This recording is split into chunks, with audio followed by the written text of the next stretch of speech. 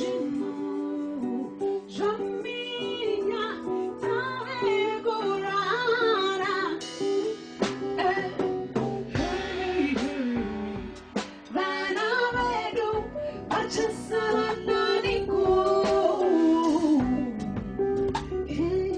1990, the female life expectancy in Zimbabwe peaked at 62 years. According to the World Health Organization, it is now 34 years, the lowest in the world. Zimbabweans in recent years have suffered tremendous economic hardships, with annual inflation rising beyond 1,000%. These burdens, coupled with the scourge of HIV/AIDS, are destroying family support systems, making child-headed households a common reality. Almost 1 in every 3 Zimbabwean children is an orphan. Women make up 52% of the population, but have a mere 12% representation in political decision-making positions. Could it be that this female majority that has been ignored and deprived an opportunity to contribute to development holds the keys to the lasting solutions we are looking for? I was born in a family of violence. My father was violent from the day I was born. My mother tells me that the day she brought me from the hospital, he beat her up and said that I didn't look like him. And it went on and on until when I was 16. That's when she decided to leave because he picked up an axe that day and he hit her with it. 3 years into my marriage with Blessing, I couldn't allow him to hold my neck or to put a necklace on my neck because I'd been choked so many times by my dad.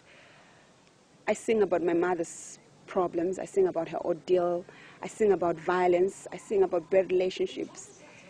And I hope that through my songs, I can help some women to raise up from her situation and help some men to understand that when you hurt your women, when you suppress them, when you oppress them, you damage a lot. You create a lot of confusion because once you break that self-esteem from a woman, she won't build up the children the right way because she's low in her self-esteem.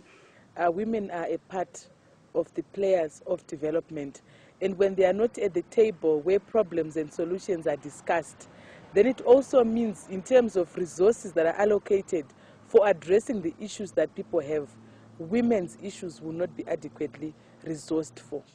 For example, here in Zimbabwe we had a situation where sanitary ware was in short supply and resources were not allocated to ensure that these were either imported or production would be scaled up locally.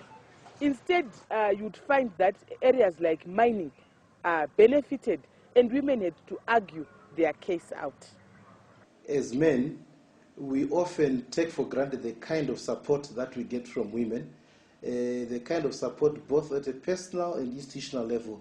And perhaps if we continue along the same road that we're going, perhaps it will be really the last road on the road to self-destruction, but begin to actually question ourselves whether we are not actually neglecting a greater part of what could constitute a recovery from the kind of present crisis that we have.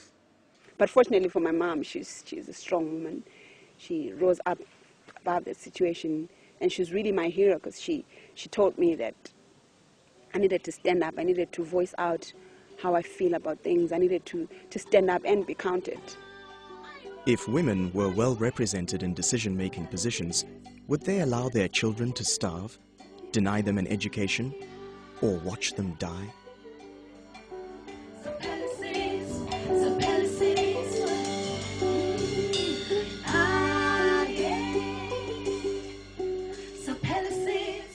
So